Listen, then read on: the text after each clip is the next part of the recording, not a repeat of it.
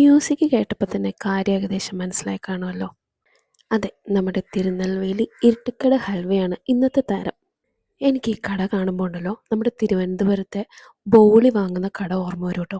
കാരണം അത്രയ്ക്ക് തിരക്കാണ്, അതുപോലെ ക്യൂ നിന്നിട്ടാണ് ആൾക്കാർ മുഴുവൻ ഇവിടെ ഹൽവ വാങ്ങാൻ വേണ്ടി നിൽക്കുന്നത്.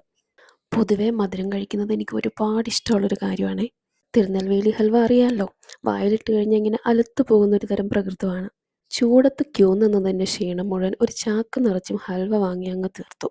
ശേഷം വീട്ടിൽ വന്ന് വലുതും ചെറുതുമായിട്ടുള്ള പാക്കറ്റുകളൊക്കെ പൊട്ടിച്ചിരുന്ന് ഇങ്ങനെ കഴിപ്പാണ്. ഇരുട്ടിക്കടയിൽ നിന്ന് ഹൽവ വാങ്ങിച്ചുകൊണ്ടാണോന്നറിയില്ല, ഇന്ന് എൻ്റെ ഇൻസ്റ്റ മുഴുവൻ ഇരുട്ടിക്കട ഹൽവയുടെ റീലാണ് കാണുന്നത് ഞാൻ. നമ്മൾ കൊടുക്കുന്ന പ്രോഡക്റ്റിന് ക്വാളിറ്റി ഉണ്ടെങ്കിൽ ആ കട ഏത് മൂലയിലാണെങ്കിലും അവിടെ ആൾക്കാർ വന്ന് എത്തിപ്പെടും എന്നുള്ളതിൻ്റെ ഏറ്റവും വലിയൊരു ഉദാഹരണമാണ് കേട്ടോ ഈ ഇരുട്ടിക്കട ഹൽവ എന്നുള്ളത്.